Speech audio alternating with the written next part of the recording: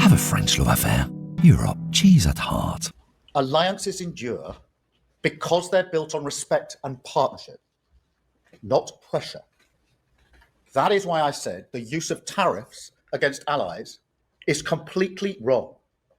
It is not the right way to resolve differences within an alliance. I mean, it's frankly extraordinary, that letter. I've read it several times today. And just to be clear, this was a response to Prime Minister of Norway, but also the President of Finland, who traditionally gets on really well with Donald Trump. I mean, let's just break down some of it. The tone, this is the leader of the free world. And at times, it sounds like this is the moanings of a petulant child, talking about, we had a boat that landed there too, we should have the rights as well. Also, really disturbing lines.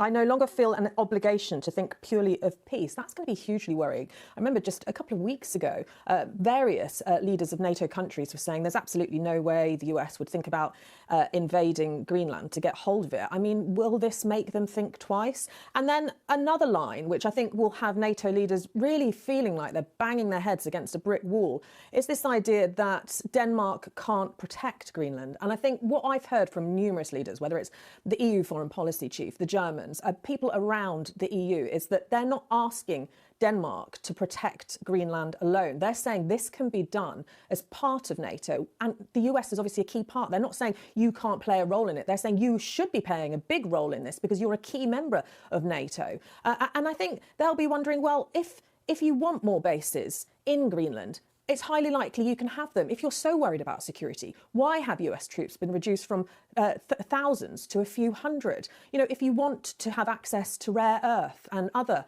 precious minerals on Greenland, you can apply for the permits. So they're saying you don't need to do this alone. It doesn't need to be us versus you. We can all do it under NATO and be safer together. They all agree that the Arctic does need more security. That's why they sent this exploratory mission last week, they say, that antagonised Donald Trump and led him to announce these potential tariffs on the 8 countries that did that. But they really aren't getting through, it seems, this message that we're not against you, we're trying to do this with you. Just talk to us a little bit more about the EU, Siobhan, because there's talk, isn't there, of some pretty chunky tariffs in retaliation. 93 billion euros?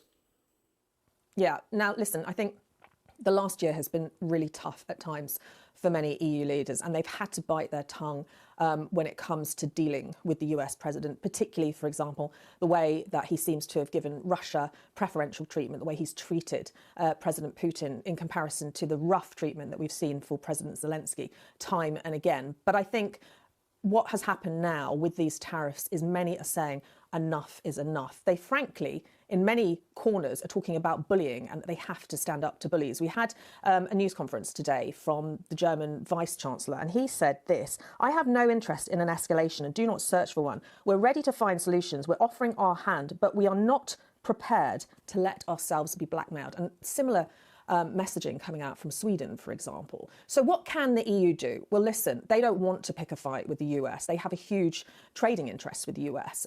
They are key allies in NATO. So the first thing they're going to be looking to do, I think, is diplomacy and trying to send out some of those traditional Trump whisperers, particularly behind the scenes at Davos. So they've got this opportunity to try and do that. I know, for example, that the Germans are planning to have a meeting with Trump either on Wednesday or Thursday. If all of that behind the scenes whispering fails, then there's an extraordinary meeting of EU leaders on Thursday where they'll talk about next steps. Now, possible next steps are unfreezing, as you were saying, this 93 billion euro tariff package, which has been frozen since July, but could come back online against the US from the 6th of February. That's one option. Another option is the so-called trade bazooka. This is something that Emmanuel Macron, the French president, has been talking about over the weekend. This is the anti-coercion mechanism. It's never been used before in the EU, but if they unleash this, then essentially it would put restrictions on things like investments, banking, access to markets. It would be really painful. These are serious measures, and they would hit the EU as well. But I do think many now are feeling that they've hit their red lines, that they have to stand up, because frankly, if they don't, what lies in front of them? They're letting a key ally bully them into submission. Do you want to study psychology and learn how it shapes people and workplaces? Now from Downing Street. Beth, your readout of that, about 45 minutes or so. Well, look, I've been to a lot of prime ministerial speeches in the many years I've been doing this job, and that was genuinely the gravest I have ever seen him. It felt like quite a heavy moment, and he seemed very stony-faced as he set out both the UK position but made clear what the situation we are in looks like. And I say that because what the Prime Minister was doing in that speech was trying to talk about de-escalation, containment, trying to work with the US, who he said was a close ally, to try and resolve this Greenland crisis. But there was also a very clear acknowledgement from the Prime Minister that he will not back down, that the rule of law and the UK values are what drive him, and that he cannot back down should President Trump proceed in his threats to take over Greenland and illegally annex a country. And if you think about President Trump as a president which is using the law of power, we have a Prime Minister, a former human rights lawyer, that still cares about the power of law and the rule of law. So there is a clear schism here, and it could be very profound, with very, very profound consequences. I asked him a couple of questions. The first one really was to put into context how serious this moment is. And the second one was to ask him about how the UK might respond if these tariffs come in 10 days' time. And this is what he had to say. Let's have a listen. Many people watching this at home would have been shocked and angry over the weekend that our so-called closest ally is threatening us if we try to stop him illegally annexing Greenland. Is this the most serious crisis in the transatlantic relationship in decades? And how can the US remain our closest ally when it's bullying us like this? And just on tariffs, you say they are completely wrong and it will hurt the British economy. But if Trump does go ahead, to be clear, are you telling the British people that we will have to take that economic pain? And are you planning retaliatory tariffs if that happens? Thank you. Well, thank you, Beth. And firstly, to underscore your point, this has been very badly received across the United Kingdom. We're allies of the United States, and we work closely with them. And therefore, I'm not surprised by the reaction there's been across the United Kingdom. And it is a very serious situation. Our job is to ensure that we find a way forward consistent with our principles and our values and consistent with our national interest. And the US remains a close ally on defence, on security and on intelligence, on nuclear capability.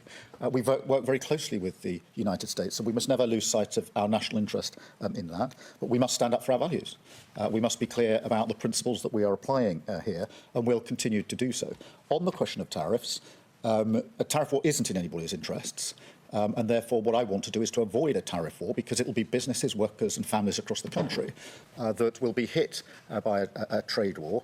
And therefore, I will do as I've set out, which is to engage with our European allies, with President Trump. And Chris, in response to the second part of your question, I spoke to President Trump yesterday, as I think you all know, and I'll no doubt speak to him again in coming days. Continually, our offices talk all the time, but we must find a pragmatic, sensible, sustained way through this that avoids some of the consequences that will be very serious for our country. European Union diplomats say the bloc is ready to hit the U.S. with retaliatory tariffs. That's if Donald Trump makes good on his threats of tariffs against countries that oppose a U.S. takeover of Greenland. European leaders are trying to convince the U.S. president to drop the idea. Trump claimed in a Truth Social post on Sunday that Denmark hadn't done enough to counter the Russian threat to Greenland, adding, quote, "It will be done." With the threat of US tariffs as a backdrop, the Danish foreign minister is walking a diplomatic tightrope. Well, honestly speaking, I think you must follow more than one track. I mean, we have been asking since the very beginning of this to have a constructive dialogue with our American ally and friends, free from social media and headlines and strong words. But then at the same time, of course, we need the European Union to respond. I will not develop that response at this press conference. There is close consultation going on among our European friends. What are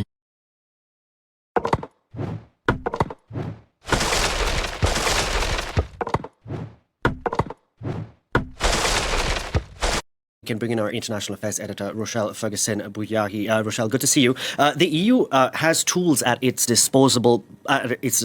Do we know what they are? Well, sure we do. We know that the EU currently has several tools at its disposal. They've been weighing up, as you mentioned there, over the weekend, possible retaliatory tariffs on American goods.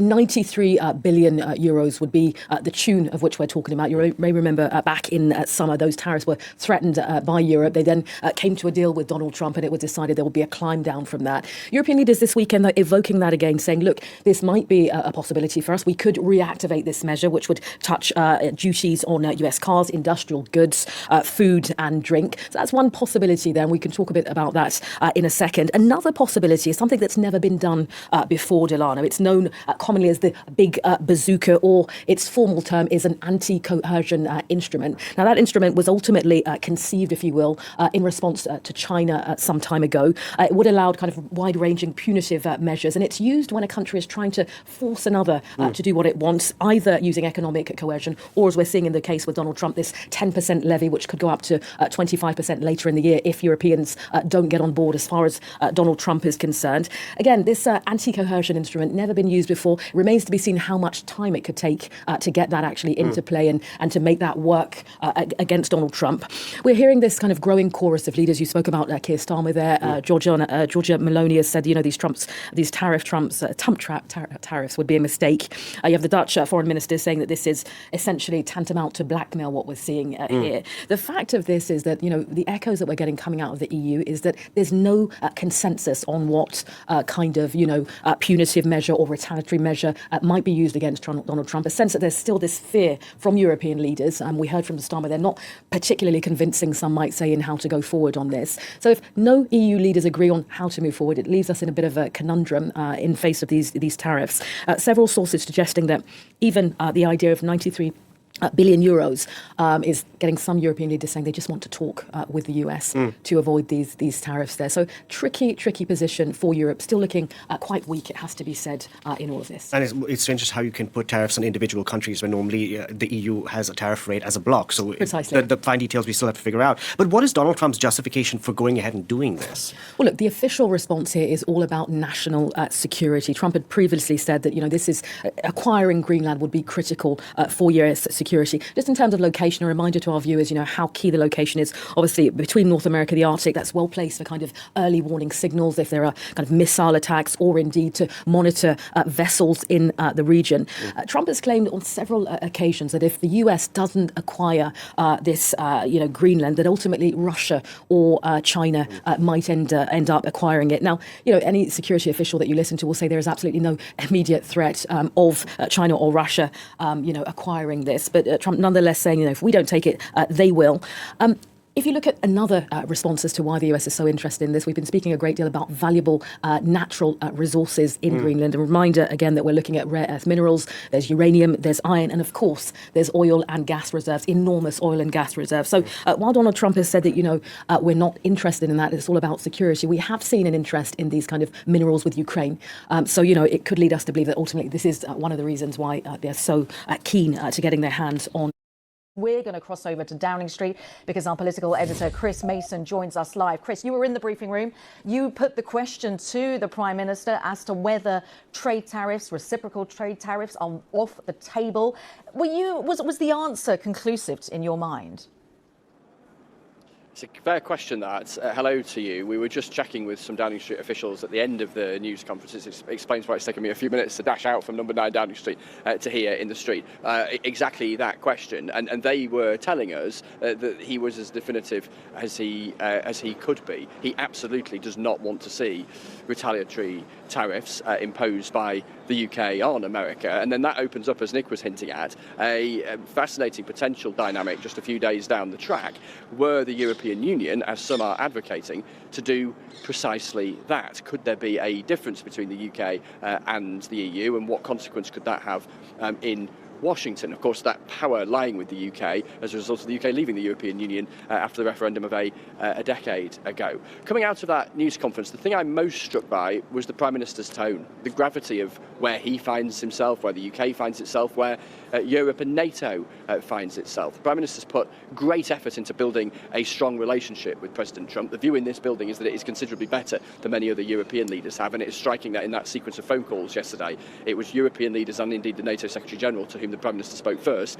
Then he had his conversation with President Trump. And there is clearly a desire to continue prizing that relationship, as Nick was reflecting, to try and dial down the rhetoric, to not talk about the prospect of retaliation, and the hope that calm language can find a way through. The big question is, can it? What in practical terms does the Prime Minister do next? That's what I sought to ask him a few minutes ago. Could he, for instance, alongside other European leaders, go to the World Economic Forum, the summit of business and political leaders in Davos in Switzerland in a couple of days' time? The President's going to be there on Wednesday. The Prime Minister is not due to go as things stand, but I'm told that it does remain an option. Could it be useful for a delegation of European leaders to go to see President Trump face-to-face in the same room? We saw something similar in conversations around Ukraine back in the summer when a handful of European leaders crossed the Atlantic to do precisely that on that theme. Could there be a temptation to do that in 48 hours or so? I'm struck that when that question is put, because he ducked it when I asked him on camera, when that question is put to people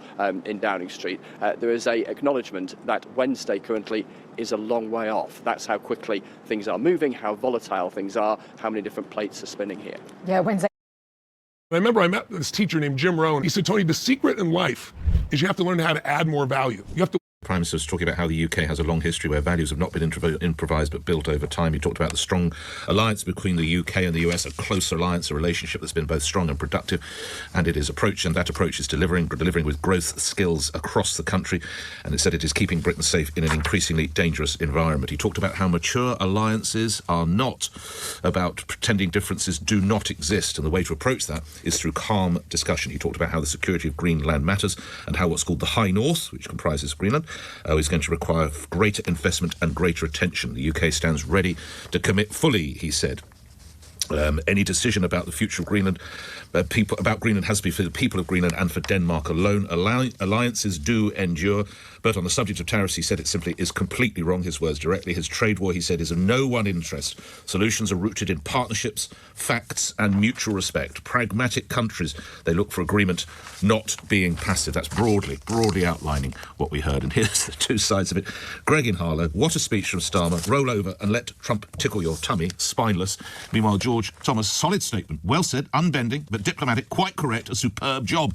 Tony's in Willesden Green. Which is it for you, Tony? Good morning. Good morning, Nick. Completely toothless speech. Okay. What did you want him to say then? Well, I wanted him to say that he will reciprocate with tariffs or bring the rest of the NATO members together and threaten the US with potential economic sanctions or talk about their treasury bonds, because you can't stand up to a bully like that with just talking about calm discussions. It's absolutely ridiculous. Do you want a trade war? Do you not agree no one actually wins a trade war? Or do you think... I agree that people don't win a trade war, but it's like being threatened with, armed conflict and saying, well, let's have a chat about it. You've got to show strength in as much as you can reciprocate. I mean, we've seen Trump act in this way with other tariffs, and really he just wants to bring people to the table to have a deal. But there's nothing that says why. It's only his words saying that Greenland is important to take over by the Americans. I mean, you had the Greenlander guy just before on the radio saying they haven't seen any Chinese or Russian ships in the area. I'm not saying they don't exist, but the Greenlanders have been very open about saying expand your bases. Mm-hmm. All he's trying to do is expand territory and go down in history for expanding the size of the US. I can see the security concern, but that doesn't, he can do that simply by expanding his base and not taking over a sovereign country. Not approval from Tony. Thank you for holding on the line, Tony. You're the first reaction on the phones. Let's get a second. Daniel in Benfleet. Pretty poor rating there from Tony. What about you, Daniel? Good morning. Hi, Nick. Good morning. I just wanted to raise a point that the stances from a security angle on annexing Greenland, but no one's mentioning it's one of the largest deposits of rare metals used in the tech industry. And the Prime Minister's talking about growth. If America were to own that territory, how would we stand with that? So what? Sorry. So what did you think Sir Keir should have addressed that then? Is that what you're saying? Just to clarify. Well, it would be a land grab, and it's very, very valuable for the rare metals to be mined. That would affect markets globally. Again, so how should the Prime Minister have addressed that? Or should he have spelt that out? Is that what you're saying? Yes. I see. I see. So spell out. Look, this isn't about geographic strategic. This is a land grab. Is what you wanted to hear. Yes. From. I see. Okay, Daniel. So again, you'd say he's not gone far enough. Okay, the early reviews are in, and they're not that favourable. Graham in Newark. Graham, you're on the radio. Good morning. Oh, good morning. Yeah, but what I want to say is that we are America's greatest ally and friend for many years. If America treats us like that, it's a huge implication on the rest of the world. It says that America treats every other country like a competitive business. And there is no friendship and there is no genuine trust. I think that's absolutely huge beyond our country for the whole of the rest of the world. Did you get the sense that Sir Keir Starmer signified that in the speech he's just given? No, I just think he was doing an entirely predictable speech, desperately trying to sound statesmanlike, really. Okay. Therefore, I have to ask you, what did you want to hear?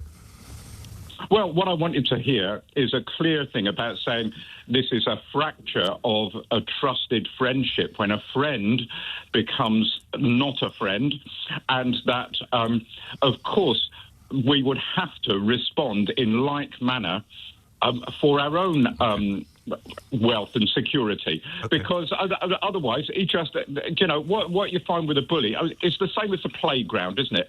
If bullies understand power very, very, very well, and the more you give them, the more they take. Secure your future and lifestyle. It seems it was the display of European firepower over and on Greenland's territory in recent days that riled Donald Trump into reaching for his well-worn button marked tariffs. Fellow NATO members, Denmark, Norway, Sweden, France, Germany, the UK, the Netherlands and Finland, demonstrating they say that they too are serious about Arctic security with a joint military exercise. President Trump saying they were all playing a dangerous game by... The European Union is holding off from the anti-coercion instrument, also known as its so-called trade bazooka, in retaliation for US President Donald Trump's tariff threats over Greenland.